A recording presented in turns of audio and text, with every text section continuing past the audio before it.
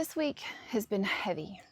After the assassination of Charlie Kirk, I could feel it weighing on me and my husband and my kids. So instead of pushing through with our normal schedules, we just stopped. We stayed home. We slowed down. I wanted space to check in with my oldest and hear what she talked about the night before at church and what questions might have come up since then. I wanted to be present and not just punch off a checklist.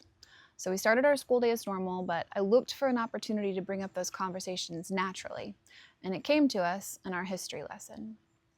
We've been studying the ancient kingdoms of Israel, and we just wrapped up the split between Israel and Judah, and so now we're moving into the exile years. Yesterday, our lesson was focused on the first round of exiles when Babylon took captive the best and the brightest young men of Israel, which included Daniel and Shadrach, Meshach, and Abednego. And what struck me wasn't just the military strategy, it was the cultural strategy. The kings didn't just want soldiers or smart kids. He wanted to strip away their identity. He tried to erase their religion, their convictions, their family ties, their culture, even their names. And why? Because if you can erase the next generation's identity, you can erase the future of an entire people. And as we talked, I realized that same strategy is still very much alive and well today. Look at what's happening in our colleges and universities all across the country.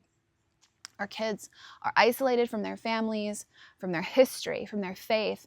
Their culture is stripped away, and in its place, they're handed an approved identity, a worldview that the system endorses. And just like Daniel, the ones who stand firm, the ones who won't bow, who hold on to their convictions, they're mocked, they're bullied, they're shamed, they're canceled. Sometimes they even face threats of violence or worse.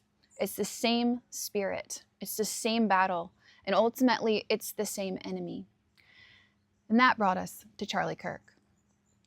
This is the battle that he was fighting.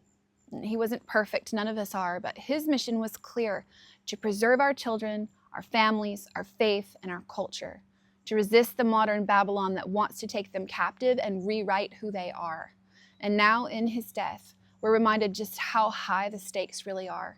Because the battle isn't just about ideas, it's about the future of our kids. It's about whether the truth can survive the fire.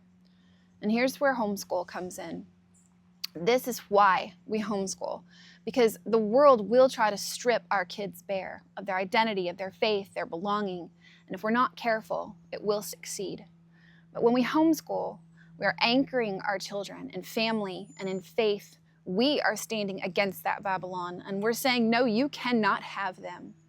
Charlie Kirk fought for the ones that were lost. We fight to protect the 99 who are still in our homes, still within our reach. And so, to honor Charlie's memory, and more importantly, to honor the God who calls us to stand firm, we will keep going. We'll keep teaching our kids the truth when the world tries to confuse them. We'll keep building conviction when culture presses them to bow, and we'll keep protecting their identity when Babylon tries to rename them. This is why we homeschool. This is why we fight. The battle is not easy, but it is worth it, and we don't fight alone.